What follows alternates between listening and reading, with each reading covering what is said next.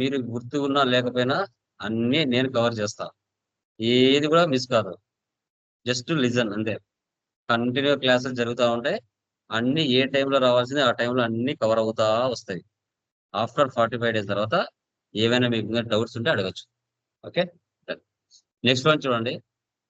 ఇప్పుడు profit and loss కానీ, balance sheet కానీ, ట్రయల్ బ్యాలెన్స్ కానీ, స్టాక్ సమ్మరీ కానీ, టాలీ నుంచి ఎక్సెల్ కి డేటా ఎలా ఎక్స్పోర్ట్ చేయాలి, జేపీజీగా ఎలా ఎక్స్పోర్ట్ చేయాలి, పీడిఎఫ్ గా ఎలా ఎక్స్పోర్ట్ చేయాలి డేటాని అనేది టెక్నికల్ పాయింట్స్ లో టాలీ ప్రైమ్ 5.0లో మనం డిస్కషన్ చేస్తున్నాం. Okay.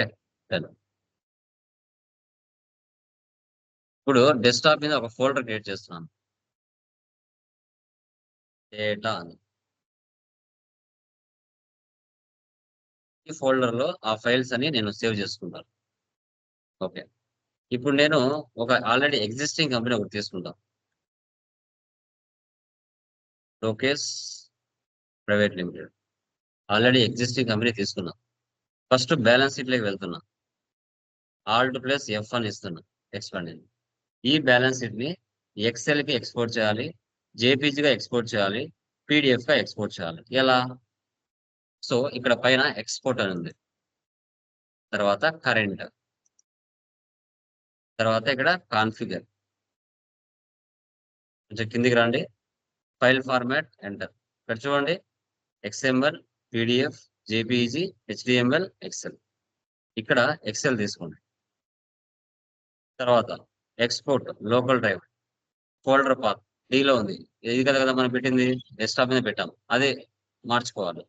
Enter. Select from drive, desktop, data, అదే కదా ఫోల్డర్ పెట్టాం. ఎంటర్ ఇవ్వండి. ఆ ఫోల్డర్ అక్కడ రావాలి. ఫైల్ నేమ్ ఏముంది? B sheet. ఎస్కేప్. ఎక్స్పోర్ట్ చేయండి.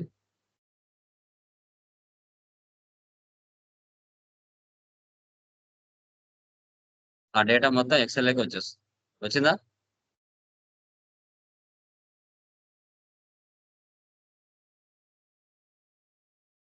ఓకే. ఇక్కడ కావాలంటే డేటాను మ్యానిపులేషన్ చేసుకోవచ్చు, మార్చుకోవచ్చు వాల్యూస్. మాన్యువల్ది కదా, మార్చుకోవచ్చు. ఇలా బ్యాలెన్స్ షీట్ ని మనం ఎక్సెల్ లోకి ఎక్స్పోర్ట్ చేసాం. ఓకే. ఇది ఎక్కడ వెళ్ళి సేవ్ అయి ఉంటుంది? డెస్క్టాప్ మీద మనం డేటా అనే ఫోల్డర్ పెట్టాం కదా, అక్కడ సేవ్ అవుతుంది. అయింది ఇక్కడ. ఓకే. ఇదే బ్యాలెన్స్ షీట్ ని మళ్ళీ జేపీజీగా మార్చాలి. Export, configure, enter. ఇప్పుడు జేపీజీ పెట్టండి. ఫోల్డర్ పాత్ మార్చండి. ఎస్కేప్. ఎక్స్పోర్ట్. చూసారా? జేపీజీగా మారిందా? ఇది జేపీజీ ఫైల్. JPG file.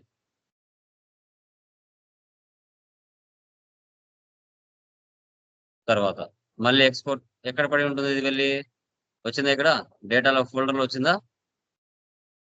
తర్వాత export, current, configure, file format enter ఇవ్వండి.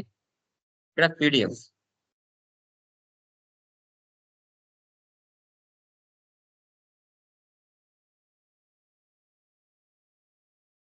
ఎస్కేప్. ఎక్స్పోర్ట్ చేయండి.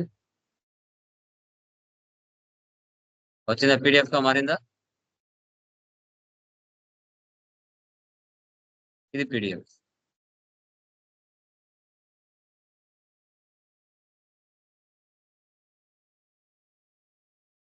వచ్చిందా పీడిఎఫ్? ఇలా. ఇలాగా profit and loss, balance sheet, trial balance, stock summary అన్ని మార్చుకోవచ్చు. ఎస్కేప్ ఇవ్వండి. నెక్స్ట్ ప్రాఫిట్ అండ్ లాస్ వెళ్ళండి. ఆల్ట్ F1 ఇవ్వండి. Expand. Export, current, configure, Excel, folder path,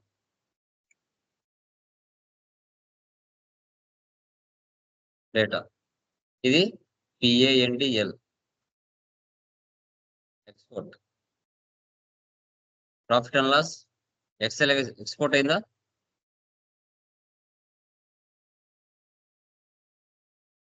తర్వాత export, current, configure,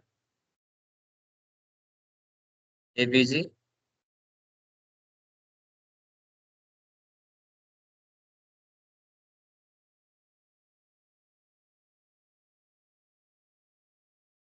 export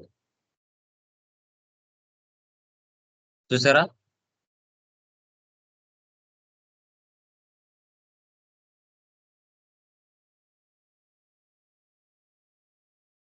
export PDF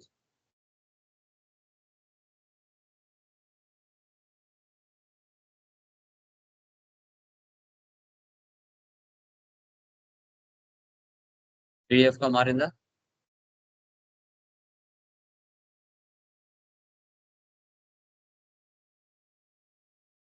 ఇది profit loss. Next stock summary. మీకు next problem రేపటి నుంచి చెప్పే ప్రాబ్లంలో మీకు అర్థమవుతాయి. Stock summary, configure, show goods inwards, show goods outwards. Okay, inward అంటే పర్చేజెస్, అవుట్ వర్స్ అంటే సేల్స్, రిమైనింగ్ క్లోజింగ్ బ్యాలెన్స్. ఇది రేపు మీకు చెప్పబోయే క్లాసెస్ లో అర్థమవుతాయి. Export, current, configure, XL.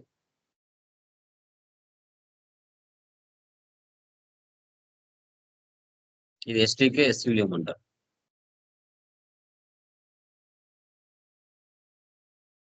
Stock summary.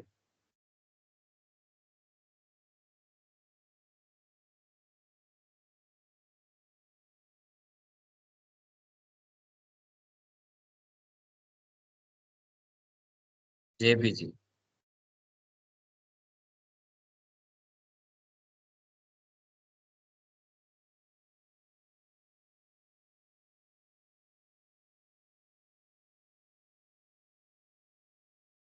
Okay,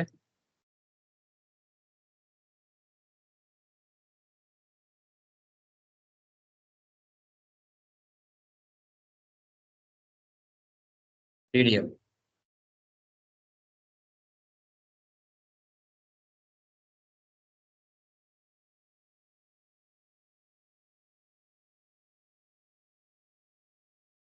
ఇలా ఇది స్టాక్ సమ్మరీ. ఈ డేటా అంతా ఎక్కడ చూడవచ్చు మనం? చూసారా? ఈ డేటాలో వెళ్ళి ఫోల్డర్ లో చూసారంటే ఇక్కడ ఉంటుంది క్లియర్ గా.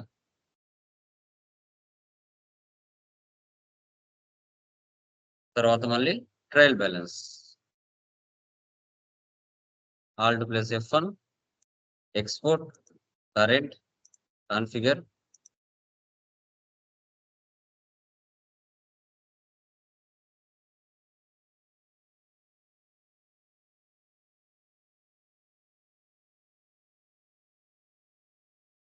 చూసారా?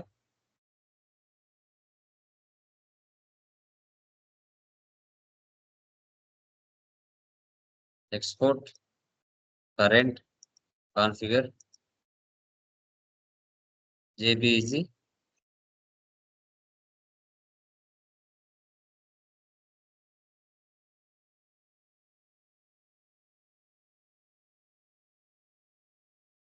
Capital account.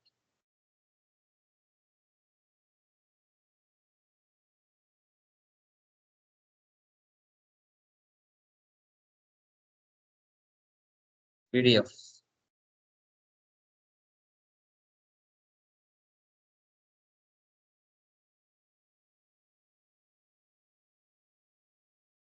ఇలా అండి.